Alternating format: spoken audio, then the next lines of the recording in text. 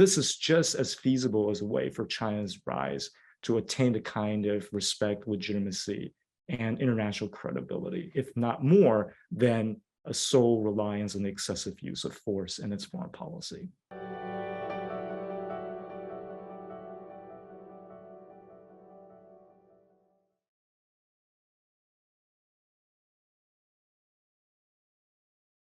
I'm Jan Barris, Vice President of the National Committee on U.S.-China Relations, and I'm really pleased to introduce our guests for today's interview.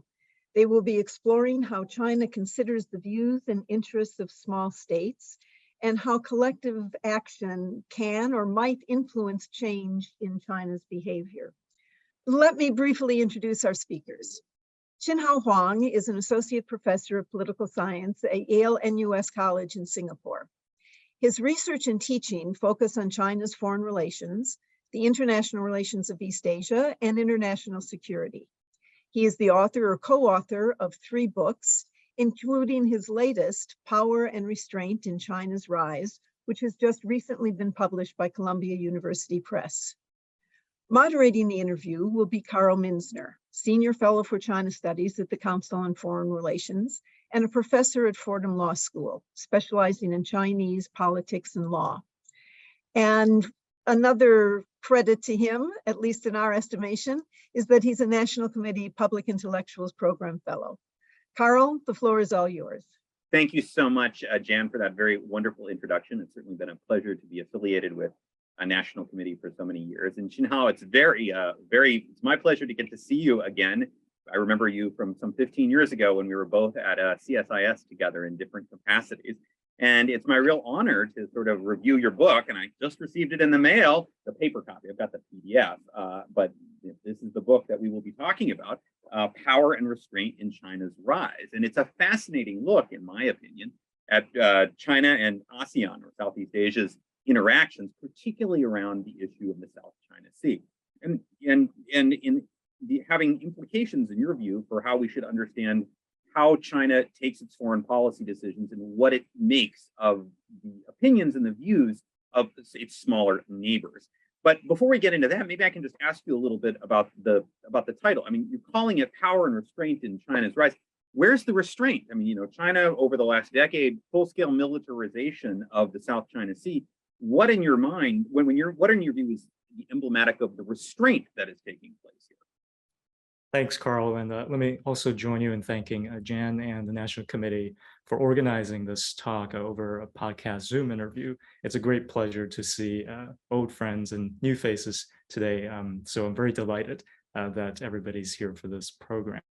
So to your question, Carl, I think the power aspect of Chinese foreign policy is well known. This is the part where we see double-digit economic growth rates. We see a rapid increase or ramping up of militarization and investment in its People's Liberation Army forces. So that part we know, and there is a slew of literature, pundits, and academic work that looks at this type of aspect of China's rise.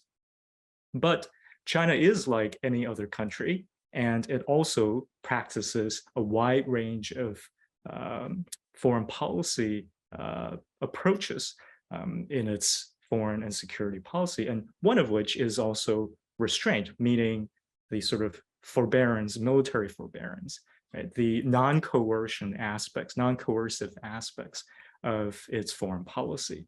And I think this is important to recognize. It's not to say that China only practices power or only practices restraint in its foreign policy. Like any normal country out there, foreign policy strategy and statecraft will have a mix of both.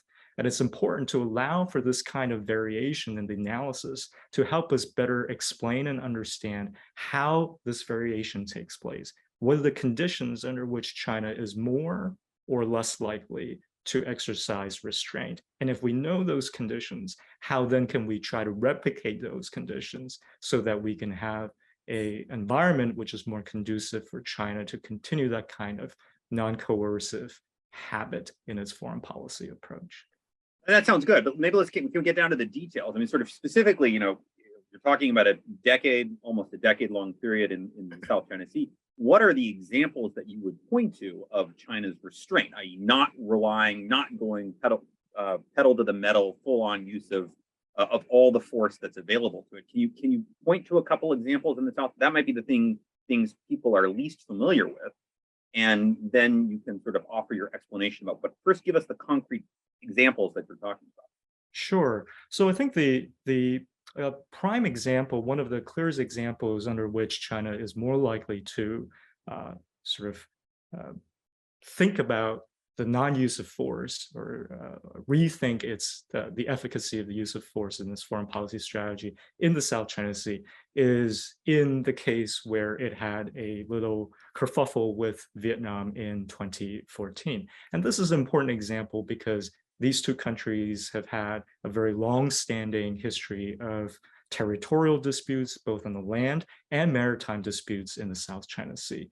Oh, you're talking about the oil rig incident, is that correct? Yes, this is the oil rig incident that happened where China's oil company planted an oil rig right at the edge in the corner of Vietnam's exclusive economic zone. So it sort of borders Vietnam's waters, but it's also sort of slightly in the international waters as well. Of course, as we know, China has always claimed that all of that water belongs to itself.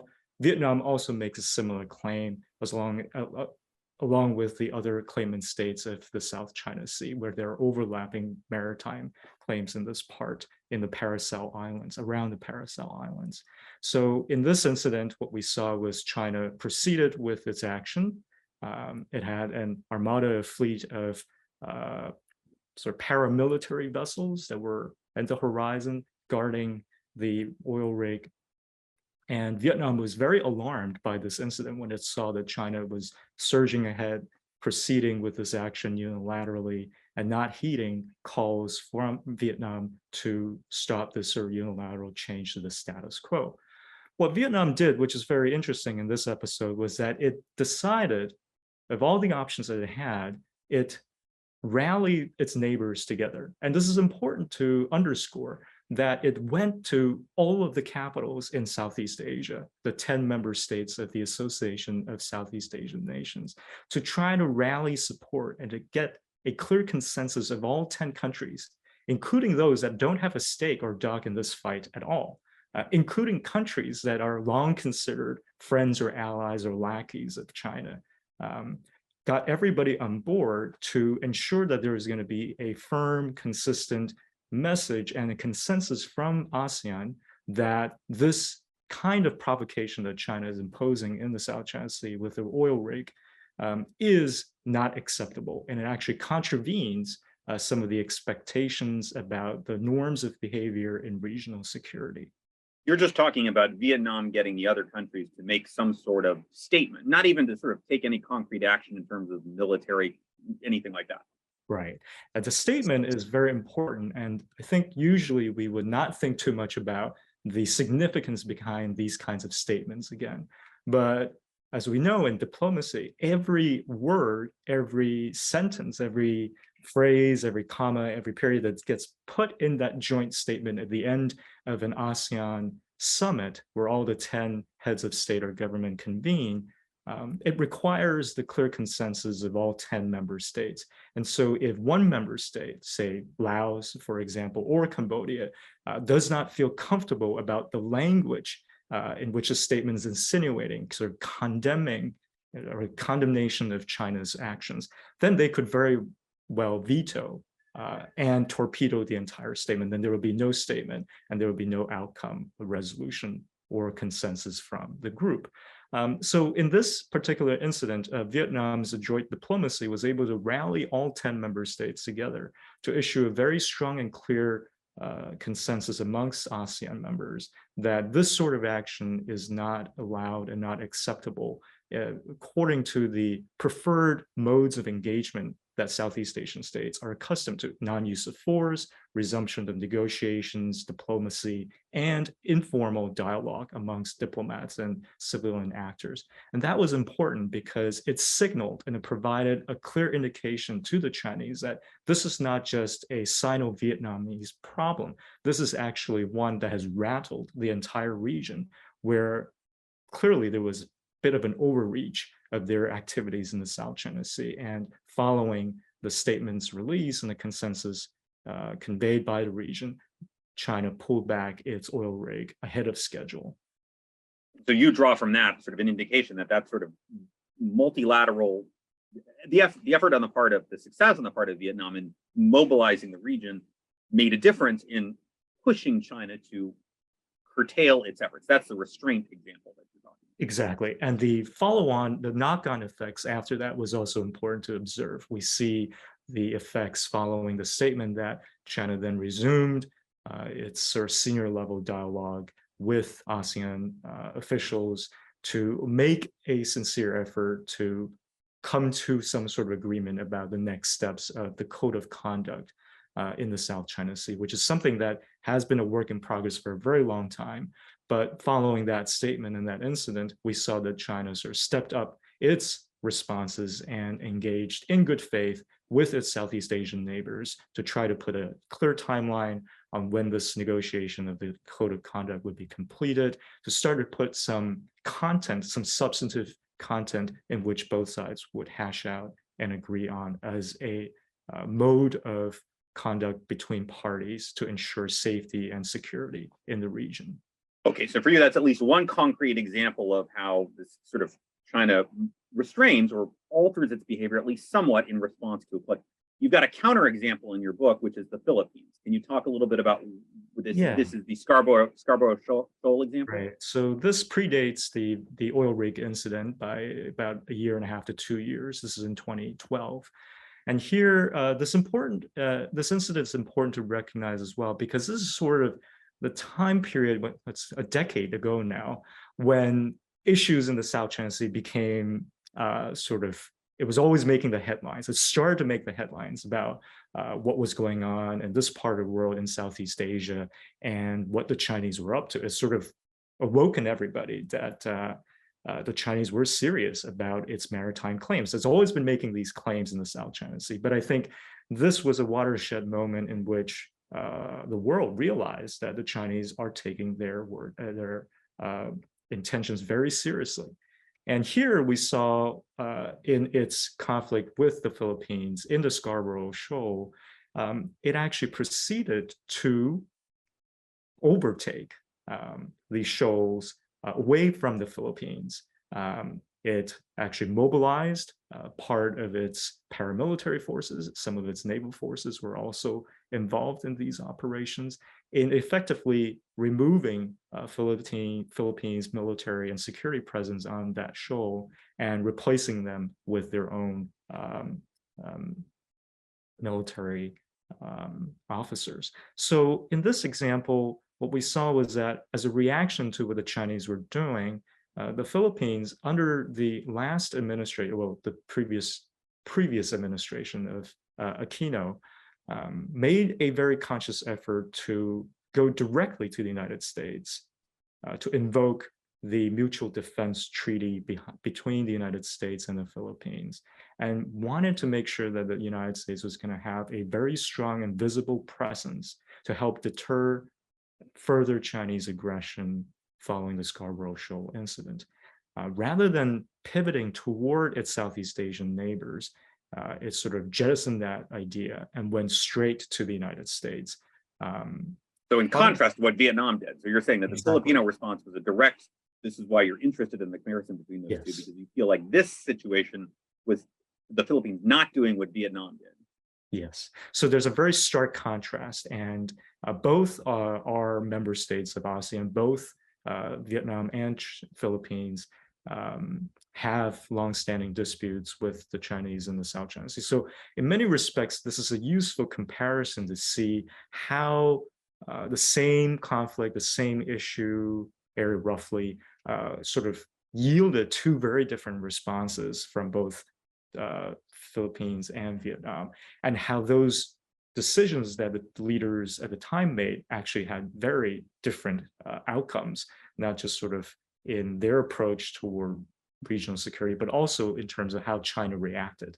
In the Philippines incident in the Scarborough Shoal in 2012, they sort of built up further tension. It's sort of a tit for tat and spiraled into a security dilemma because it was much harder to step down from the elevated tension and risk, and the inclusion of the United States into the conflict, the introduction of US forces and joint exercises with the Philippines meant that there was even higher stakes for China to double down rather than slowly or gradually de-escalate, which is what we saw in its approach when confronted by Vietnam and ASEAN's collective response. So now play out for me, because these are just two examples that you use. You have others in your book, but you're offering these two as sort of an explanation for a broader theory of how Beijing operates, at least with respect to ASEAN and the South China Sea. Yeah. Can you play forward what the differences between, what does this indicate about how we should think about Beijing's diplomacy? Right. So I think the one of the starting points of the book really is to try to understand how we have a lot of literature on coercion, on the use of force in international relations, but we don't have a lot of literature understanding about why states that have the capacity to use its military advantages might choose not to do so, and what is the rationale behind doing that.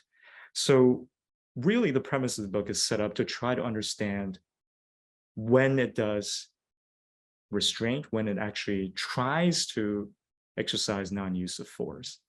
And in the case of China, we saw this very clearly, that there is a pattern of behavior, that the use of force, excessive use of force, the excessive reliance on its military or material advantages may not bring the kind of influence that it wants over the long term.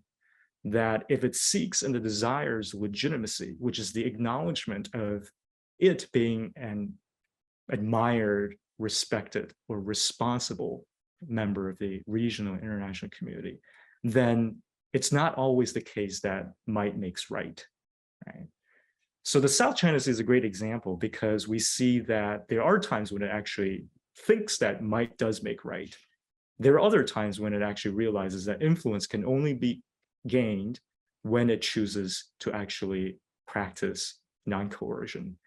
So this is one point in your book where I think, you and I may not be fully on board with what I'll sort of argue against you here. I mean, sure. You use the term of legitimacy and sort of make the argument that China is seeking legitimacy. But I've got, when you the two examples that you put out there, I think you could also try to explain them in a different way, which is that, China, as a realist political actor, one of the things it's most worried about is bandwagoning from its neighbors. It's really concerned that you could get a united front of all of its Southeast Asian neighbors to ally against it. And so when it's confronted with something like the Vietnam example, where one actor has successfully managed to get all of the other actors in the area to indicate that this is a problem, China, like any other realist actor, will back off of it because it's fear. But conversely, if the Philippines seems to be isolated and seems to be alone, even if it perhaps has some support from the United States, that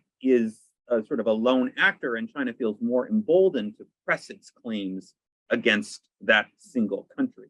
Wouldn't that, rather than the language of legitimacy, couldn't you also use realist political language to sort of explain some of those patterns that are taking place?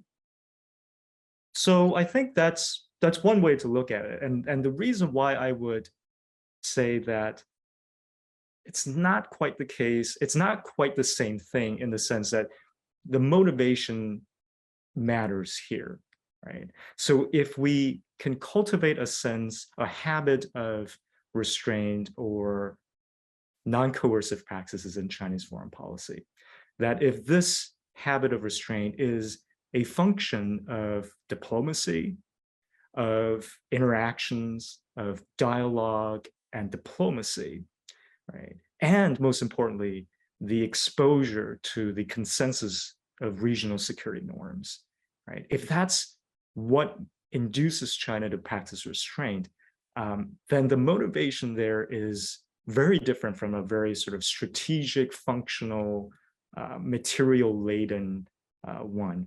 Because here, when we are thinking about why China decided to not use force or violence when it could, right? The fact that they chose not to because of this exposure to regional security norms. I think that's important to recognize. And the more we can replicate these conditions, right, the more we can then push back on that sense of desire to quickly solve or address every problem with material aspects. And I think I can see where you're going in your book, because one of the things you point out is, your Philippines example, you are more hesitant to sort of say that the U.S. resort to what I think you call deep engagement, which is, U.S. pressure. You view that as kind of not as helpful to resolving problems or pushing China in particular directions as the collective pressure from ASEAN against China in particular. You're resisting me and saying the pressure against China, but it is the greater extent of ASEAN unity and presenting China with a coherent set of questions that you think has an impact on Beijing, correct? Yes. Yeah. So I mean, the maybe I can also move from this to sort of ask for some of the implications in terms of what this might mean for policy implications going forward. I'll first let you answer as you would like, and then I'll throw in a couple of questions in my answer. But like, what do you think this means in terms of where foreign actors seeking to affect China's behavior should go in terms of trying to prod, push, induce China in a better direction? Right.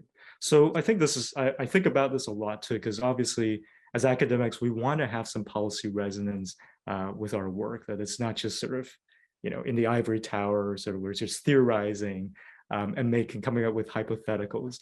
But I think in real life, if we're thinking about the future of engagement with China, if the book is right and the argument and the logic holds, right, then the sort of go it alone approach in trying to get China on board on following any sort of pressing international issues, be that climate change, be that arms control, or be that the South China Sea. We want to make sure that we have a collective group of states, and most importantly, not just the developed North, not just the United States or the European Union, as important as they are. We also need to see that there is buy-in from the developing South. The more we can garner international collective support on a particular set of norms, the better, right? Because Beijing responds to that. Right, because it raises the social costs for China to ignore those large calls from the international body at its own peril, right? If it wants to really demonstrate its desire that its rise is going to be seen in a more positive and constructive light, then it needs to pay attention to issue areas where there is a very strong body of participants joining in together to ensure that there is consistency in the message between the global North and the developing South, that there is a collective consensus that's driving this effort. And that would make a very strong case in persuading the Chinese that this is something that they can get on board, and that they won't feel like they're being ostracized unnecessarily, or they're being sort of told, in the sort of finger wagging approach that they need to do this because the United States is telling them to do so.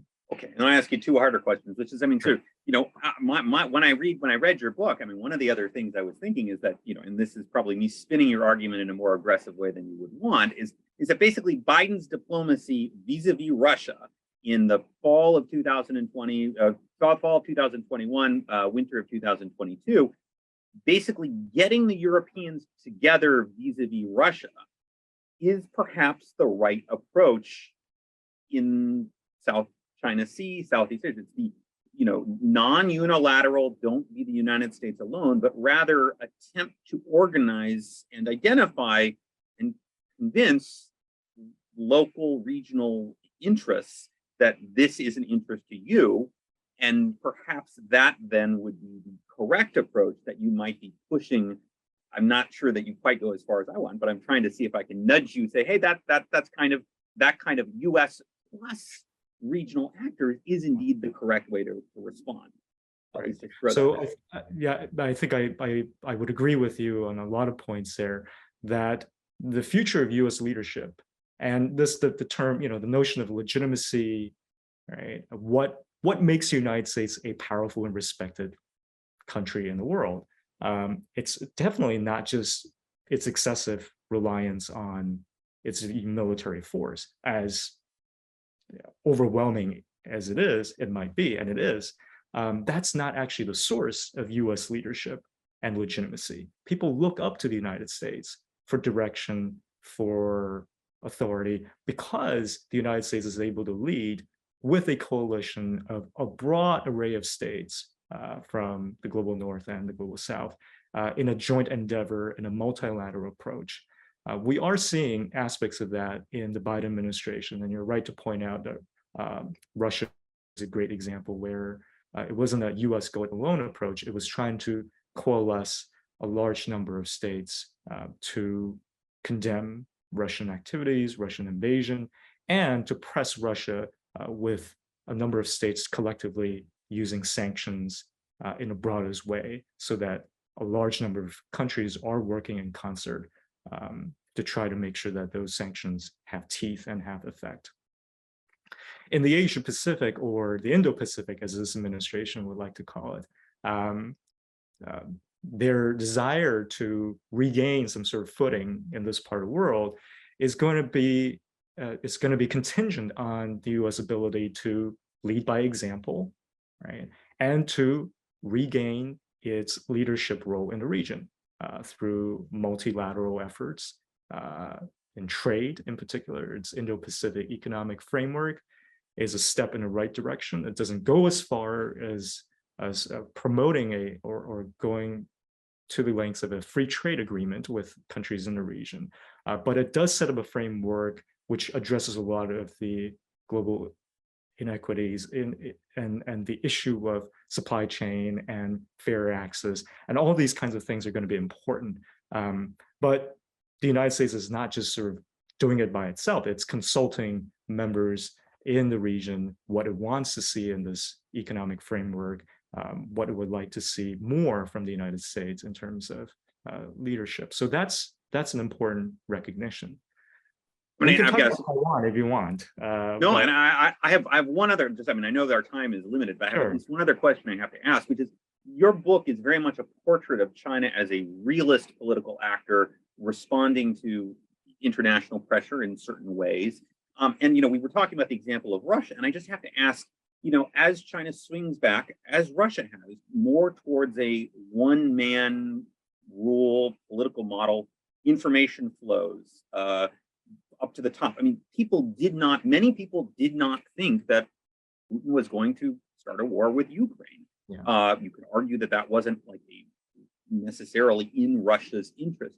Does your evaluation of the correct approach vis-a-vis China change at all as its domestic political system begins to shift more towards a one-man? Are you more concerned, doubtful about the ability of such signals to shift behavior in Beijing when you now have sort of it's all depending on, to a certain extent, what Xi Jinping thinks?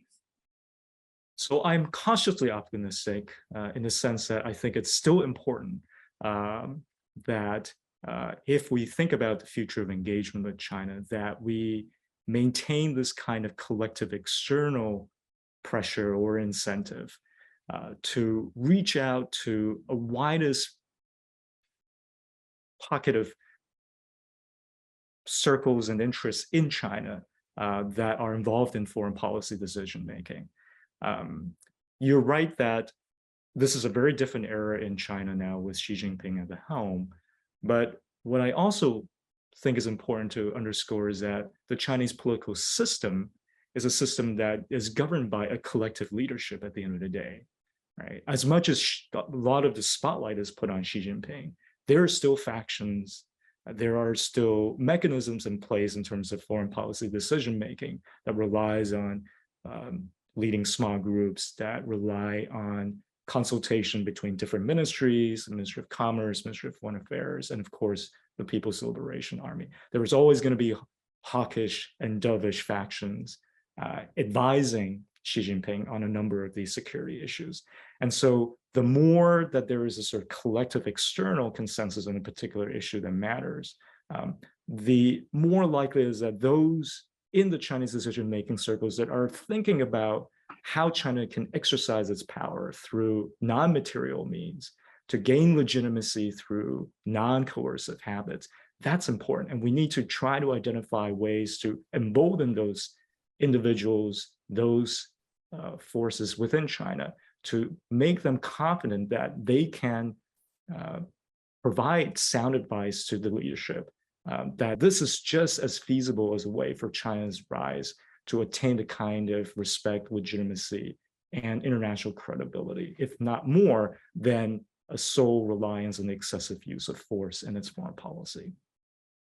Well, I think that just about takes our time. I really appreciate you taking the time to talk to me and to let me read your book. And I definitely encourage everyone else, if you're interested in Professor Huang's work, please read his book. And thanks again to Jan Barris for allowing us to have this wonderful opportunity, and hope to see. I will look forward to not necessarily hosting, but I get to participate in and watch many more similar events in the future. Thank you, Carl. Thank you, Dr. Huang. Well, let me thank both of you, Chin-Hao and Carl. It was a very interesting discussion, and we really appreciate you both sharing your thoughts and your insights. I know I learned a lot, and I hope others did as well. I want to also thank, certainly wasn't just me. Chin-Hao and I did communicate with each other early on, but it takes a whole village around here. So I want to thank the other National Committee staff members who worked behind the scenes to make today's interview possible.